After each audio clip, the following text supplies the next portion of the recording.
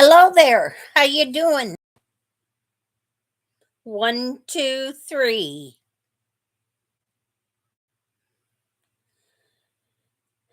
I just sort of figured I'd come on and chit chat for just a few minutes or so.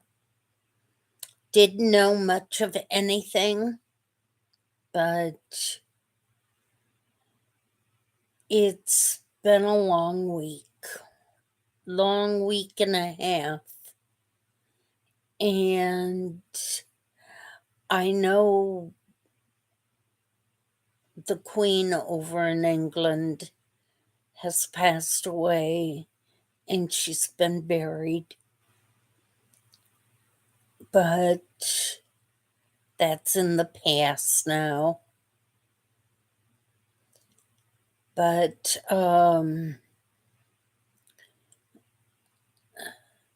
food is getting to be harder and harder to find. Went to one grocery store and looked for sliced water chestnuts, and I couldn't find any at all. I like to put water chestnuts with cold tuna salad or with some of the other salads that I make. It has soy sauce with it. It's not much soy with it, but it's enough extra protein to give you more protein in your diet. And in the store that I was at, it was more or less half. Half of the food was deleted. So, in a way, it's kind of scary. I went to another store that was for restaurants or hospitalization food. And I went through there and I picked and chose some of the food that I knew would be long term storage. And I got those. So I've got those packed away. Some of the guys that I cooked with, they used to say, take the potato pearls, and if you had a yucky tummy, you'd have about 3 of those potato pearls in your mouth, and it would soak up the yuckiness, so to speak, in your system, and you could swallow them. And they weren't that big, they were smaller than a fourth of a pea size. So that's where I'm coming down to the point and just saying, yeah, it's better to have some of those things on in your kitchen. And especially if the potatoes don't grow during the summertime, and they have gone up in price. So I have purchased some of the things, and the sliced potatoes that were freeze dried or dried on out, those can be made into scallop potatoes or fried potatoes. I know how to work with those then. I see one person pops in and out. Uh, for me, just I don't ask for money. I just say hit the like button, uh, ring the bell, subscribe. I just sort of am in and out, and I do a little bit of everything. I like to sew, but getting back to the potatoes, I know how to work with those potatoes to bring them on up and make them moister so you can fry them or put them in with scallop potatoes if you've got milk. And that's another thing. It's always better to have 2 to 3 boxes of dried milk, quart size, 10 quart size packages in the milk. So you've got that for yourself in case we get hit up with a snowstorm really bad in the winter time and you can't make it on out. You can always use the snow outside of your house as long as it's not yellow snow and melt that, and you've got water because water nowadays is getting to be pretty expensive. But that will help a person out to cut the cost of having a high water bill. You can bring it in the house and melt it and flush the toilets with it if need be. But I've started to can more stuff. In fact, I've canned an awful lot of meats and vegetables. I've been going to the store and grabbing what I can of fresh tomatoes and canning them that way. It's almost like you're getting kind of desperate. I am gluten free, so I know I can only deal with so much. But I have done an awful lot in life, and I plan on doing more quilting this winter time.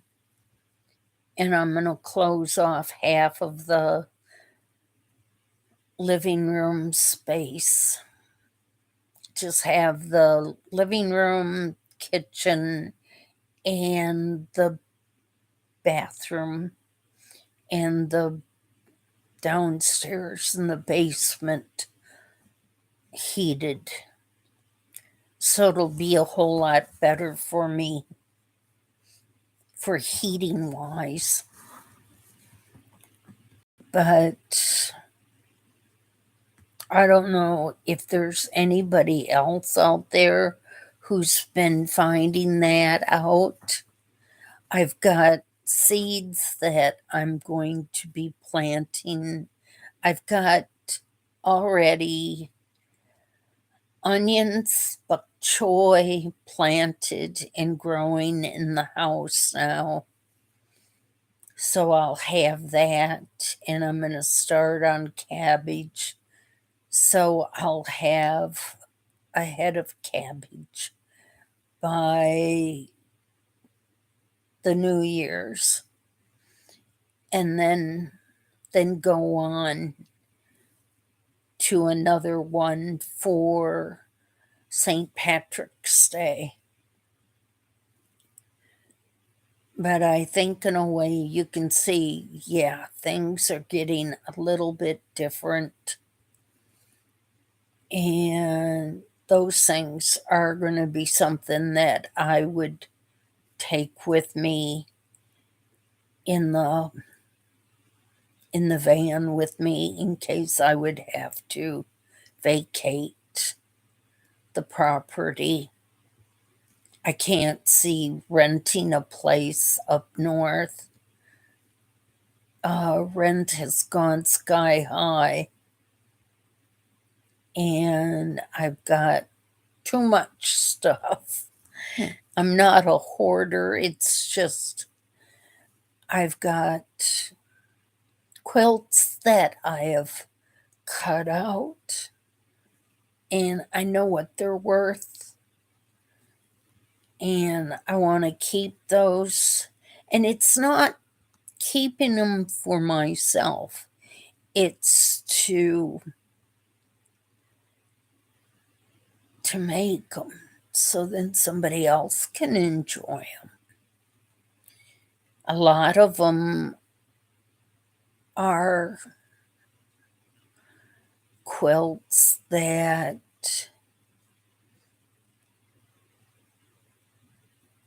they have old material in them, and I really like it. I went to one garage sale, and the lady who I had worked with for a while, she was getting older. She needed help in cutting out stuff. So when I had a weekend off, I would help her cut out the bonnets for the Subi bonnet girls. And they were all different. It's a queen size bed. So coming right down to it, it's quite a bit there. And I've got things stashed aside here and there so I can keep on going. And I'm not afraid to do it that way. But it does get kind of lonesome in the house. I've thought of taking up painting, but I have trimmers like some of the other people do. And I know painting, it would be a little different.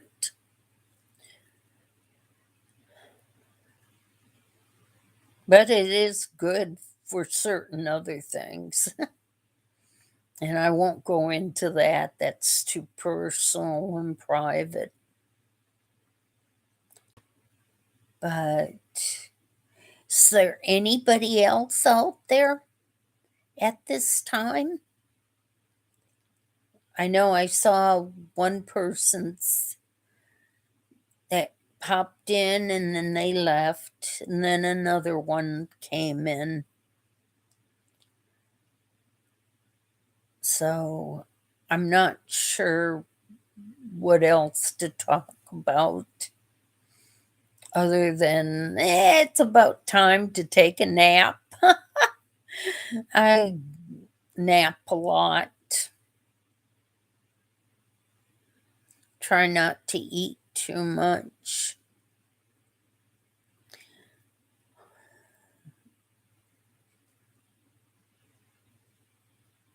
I have a lot of good paintings.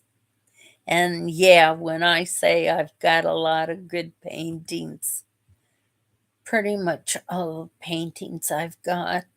The people are gone now.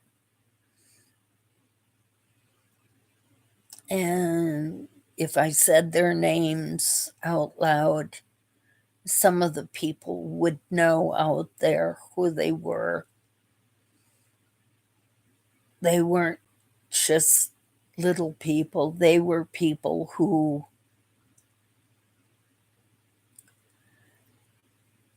ran for a government job, or their brother was in a higher government job who had been elected by the people of the United States of America.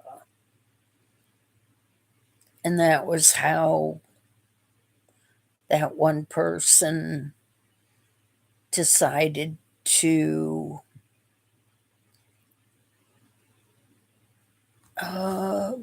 find a way to what is it called, express his feelings. There's a painting I've got that has 4 windows in it, and only one window is lit up because he was the only one left out of the 4 boys. And I think of what he went through, he and I both talked about how we were raised. And I know how his parents made their money. And when it was blueberries were in season, you had blueberries on your pancakes or your muffin or in your muffins.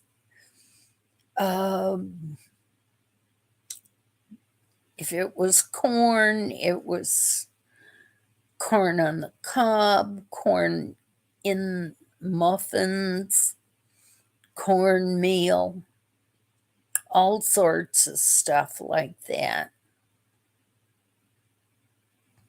I used to work at a hospital, so I do know how to cook pretty good. But I've gotten down to the point where I prefer ordering out instead of cooking for myself because I don't like doing the dishes. That sounds kind of different, but if you've ever worked in a hospital in a cook area and you've cooked food for 250 people and then the dish machine goes down, you've got cups and plates and forks and knives and spoons for 250 people to wash by hand, and your pots to wash afterwards.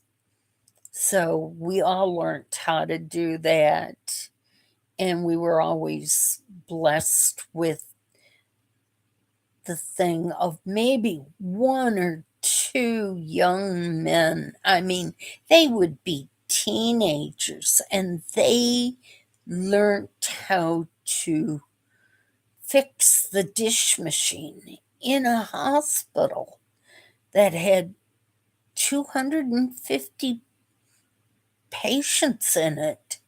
And they were just teenagers.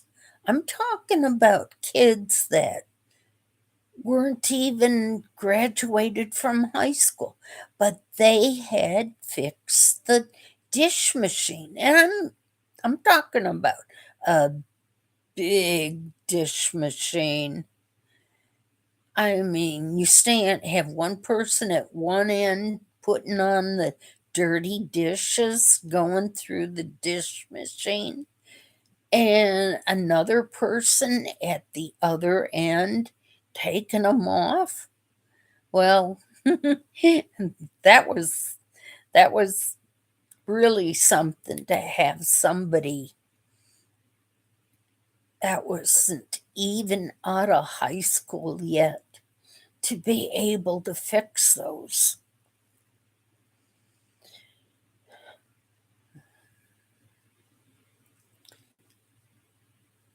John Wiggs, are you out there? I know I saw you at home with Tom and Rhonda Howard. Pinecone Fest is coming on up tomorrow at 4 o'clock in the afternoon down in Texas. They're going to get together. I sure wish to God I was down there. Yeah, that would be so much fun just to get away for a while. The 25th of September is fishing day. Take somebody out with you fishing. It'll be so much fun. Take an elderly person with you. If you don't have a grandchild to take on out fishing with you, it would be fun. You know how to do a hook, thread the, the thing for it on a fishing rod and reel. Go for it. I believe in, I'm always telling Jimmy Houston to use black licorice. It's really kind of nifty. But then I've got this one lure that I go by 100%. Oh, I I bought that for 99 cents at Kmart. And I wish to God I'd gotten another one. Hot Lips lure. It is really something. I really like that lure. You cast it on out and it floats. And then you start reeling it in and dive down into the waters. And you can still see it, but it's weedless too. And it's really kind of nifty. It's my go to lure between the black licorice and the Hot Lips lure. I've got my grandfather's lure also.